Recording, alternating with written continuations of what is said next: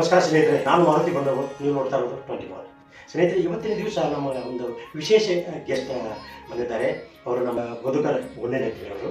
ನಮಸ್ಕಾರ ಸರ್. ನಮಸ್ಕಾರ. ಇವರು ಸಾಹಿತ್ಯಗಳು, ಲೋಕದರ್ಶನ ಪತ್ರಿಕೆ ಹಿರಿಯ ಪತ್ರಕರ್ತರು ಅವರು. ಲೋಕದರ್ಶನ ಮತ್ತು ನಾನಾ ಬುಕ್ಗಳು ಬರ್ತಾರೆ.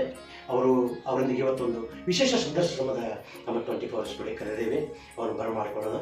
ನಮಸ್ಕಾರ ಸರ್, ವೆಲ್ಕಮ್. ನಮಸ್ಕಾರ. ನಮಸ್ಕಾರ ಸರ್, ಒಂದು ನಿಮಗೆ ಕೊಡಬೇಕು. ಸದ್ಯದಲ್ಲೇ ಈಗ ಇಡೀ ರಾಜ್ಯಾದ್ಯಂತ ಚರ್ಚೆ ಇದೆ. ನಮ್ಮ ಎಸ್.ಎಲ್. ಭೈರಪ್ಪನವರು ಸದ್ಯದಲ್ಲಿ ನಮ್ಮನ್ನು ಭೇಟಿ ಆಗಲಿದ್ದಾರೆ. ಈ ಫಸ್ಟ್ ನೀವು ಅವರು ಎಸ್.ಎಲ್. ಭೈರಪ್ಪನ ಯಾವಾಗ ನೀವು ಮೀಟ್ ಮಾಡಿದ್ದೀರಿ? ಭೇಟಿ ಯಾವಾಗಂತ? ನಾನು ಸುಮಾರು 1997 ಇಸ್ವಿ ಇರ್ಬೋದು. ನಾನು ನಿಜವಾಗ್ಲೂ ಭೈರಪ್ಪನವರ ಅಭಿಮಾನಿ, ಕಟ್ಟ ಅಭಿಮಾನಿ. ಅವ್ರು ಸುಮಾರು ಎಲ್ಲರೂ ಬರೋಂಥ ಎಲ್ಲ ಪುಸ್ತಕಗಳನ್ನ ನಾನು ಓದೀನಿ. ಅದರಲ್ಲಿ ಅವ್ರು ಏನು ಹೊಸ ಪುಸ್ತಕಗಳನ್ನು ಬರೀತಿದ್ರು, ಅದಕ್ಕೆ ನಾನು ದಾರಿ ಕಾಯ್ಕೊತ ಕೊಡ್ತಿದ್ದೆ. ನಾನು ಅವ್ರ ಕೆಲಸ ನಿಮಿತ್ತ ಮೈಸೂರಿಗೆ ಹೋಗಿದ್ದೆ. ಮೈಸೂರಿಗೆ ಹೋದಾಗ ನಾನು ಅವರು ಮೈಸೂರಿನಲ್ಲೇ ಇರ್ತಾರೆ. ಉದಯರವಿ ರಸ್ತೆ, ಮೈಸೂರು ಅಂತ ಅವ್ರ ವಿಳಾಸ. ಅವ್ರು ನನಗೆ ಅವ್ರಿಗೆ ಸಹಜವಾಗಿ ನಾವು ಅಭಿಮಾನಿ ಆಗಿರೋದ್ರಿಂದ ಅವ್ರನ್ನ ಭೇಟಿ ಆಗಬೇಕು ಅಂತ ವಿಚಾರ ಬಂತು. ಅವ್ರಿಗೆ ಫೋನ್ ಮಾಡಿದೆ. ನಾನು ಬೆಳಗಾವಿಯಿಂದ ಬಂದೇನೆ, ಮಧುಕರ್ ಗುಂಡೆನಟ್ಟಿ ಅಂತೇಳಿ, ನಾನು ನಿಮ್ಮ ಕಟ್ಟ ಅಭಿಮಾನಿ, ನಿಮ್ಮನ್ನು ಭೇಟಿ ಆಗಬೇಕು ಅಂತ ಕೇಳಿದೆ. ಫೋನ್ ಮಾಡಿದಾಗ ಅವ್ರು ಏನು ಹೇಳಿದ್ರು, ಬರ್ರಿ ಅಂತಂದರು. ಆಮೇಲೆ ನಾನು 9 ಗಂಟೆಗೆ ಬರ್ತೀನಿ, 10 ತನಕ ಮಾತಾಡ್ಕೊತ ಕೂಡ್ಬೋದು ಅಂತ ಹೇಳಿದೆ. ಅದಕ್ಕೆ ಅವ್ರು ಏನು ಹೇಳಿದ ಫೋನಲ್ಲಿ, 10 ತನಕ ಅಲ್ಲ, 9 ಗಂಟೆಗೆ ಬರ್ರಿ, 9:30 ತನಕ ಕೂಡ್ಬೋದು ಅಂತೇಳಿ. ಆಮೇಲೆ ನಾನಂತೆ ಆಯಿತು, 9:30ಗೆ ಬರ್ತೇನೆ, 10:30 ತನಕ ಮಾತಾಡ್ಕೊತ ಕೂಡ್ರಿ. ಇಲ್ಲ, 10:30 ಅಲ್ಲ, 9:30 ತನಕ ಕೂಡು. ಅವಾಗ ಅವ್ರಿಗೆ ಸಮಯದ ಬಗ್ಗೆ ಅವ್ರಿಗೆ ಎಷ್ಟು ಶಿಸ್ತದ ಅನ್ನ ತಿಳ್ಕೊಂಡು ಸರಿಯಾಗಿ 9 ಗಂಟೆಗೆ, ಅದು ಅವ್ರ ಮನೆಯಲ್ಲಿರುವಾಗ. ಆ್ಯಕ್ಚುಲಿ ಅಷ್ಟೊಂದು ನಾನು 8:45ಕ್ಕೆ ಇದ್ದೆ.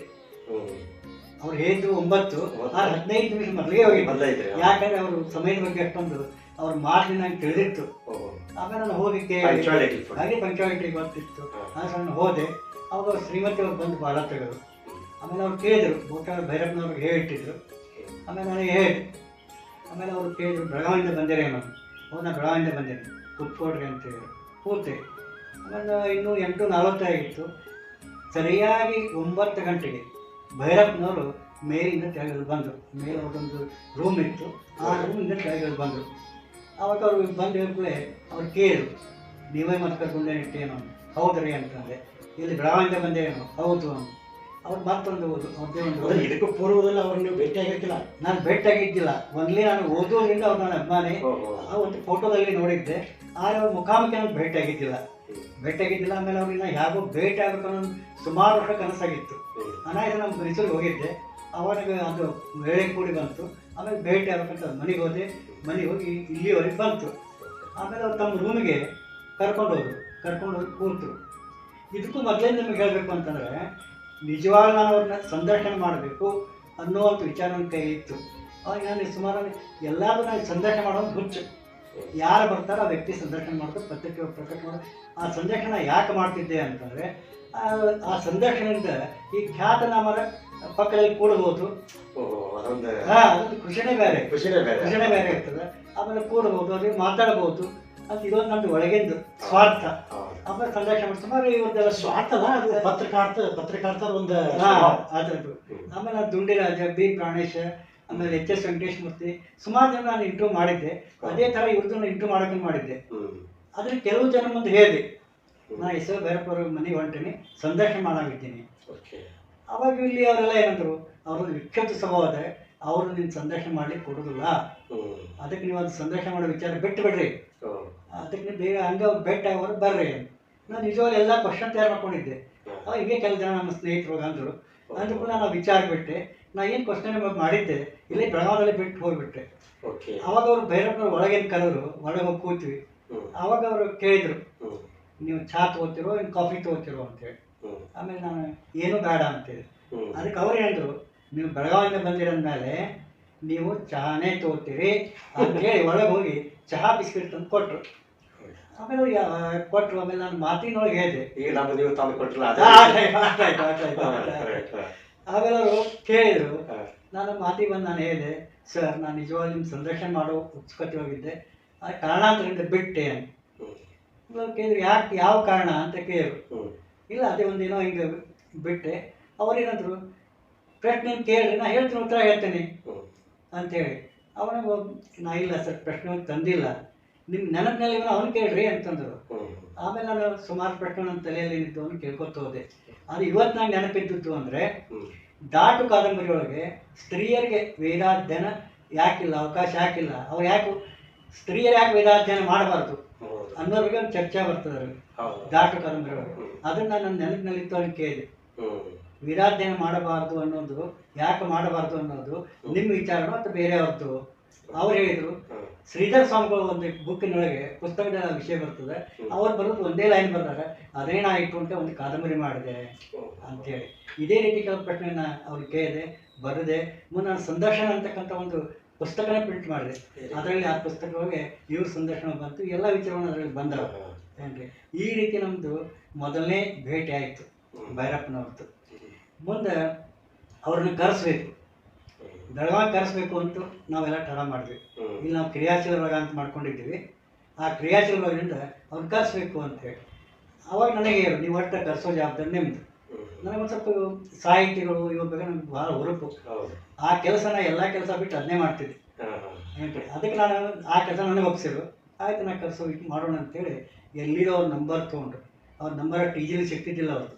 ಒಟ್ಟೆ ಅವ್ರಿಗೆ ಒಂದು ಕೇಳ್ಕೊಂಡು ನಂಬರ್ ತೊಗೊಂಡು ಅವ್ರು ಫೋನ್ ಹಚ್ಚಿ, ಮೊಬೈಲ್ ಇರ್ತಿಲ್ಲ, ಲ್ಯಾಂಡ್ ಫೋನ್. ಆಮೇಲೆ ಫೋನ್ ಹಚ್ಚಿ ಅವ್ರಿಗೆ ಫೋನ್ ಹಚ್ಚಿದೆ, ಕೇಳಿದೆ, ನಾ ಬೆಳಗಾವಿಯಿಂದ ಮಧುಕರ್ ಗುಂಡೆ ಅಂತ ಮಾತಾಡೋದು ಅಂತೇಳಿ.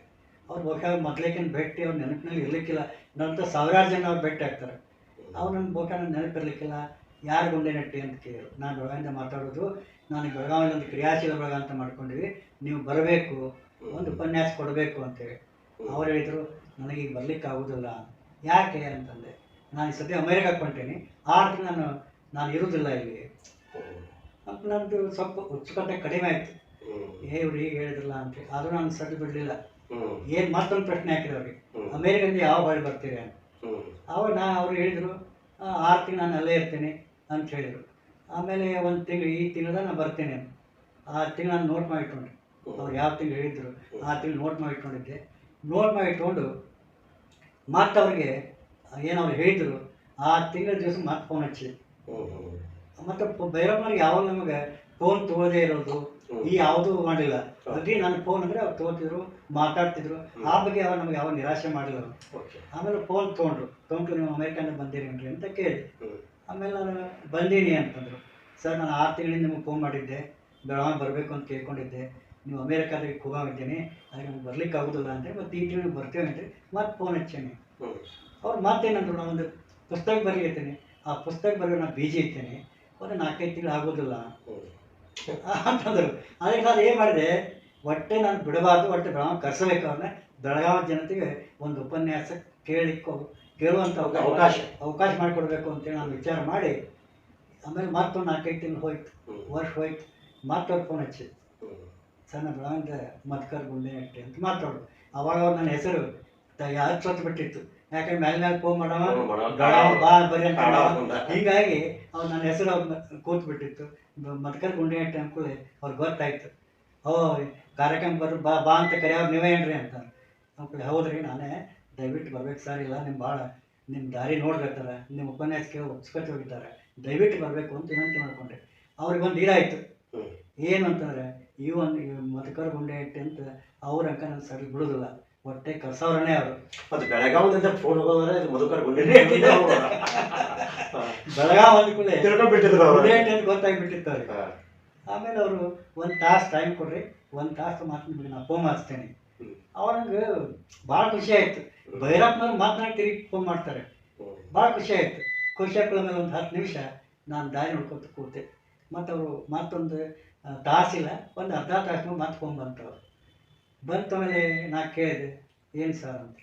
ಆಮೇಲೆ ಒಂದು ಡೇಟ್ ಹೇಳಿ, ಈ ಡೇಟಿಗೆ ನಾನು ಬರ್ತೀನಿ, ಮತ್ತು ಅವ್ರನ್ನ ಕಾರ್ಯಕ್ರಮ ಇಟ್ಕೊಳ್ರಿ ಅಂತ. ನಂಗೆ ಭಾಳ ಖುಷಿ ಆಯ್ತು ರೀ.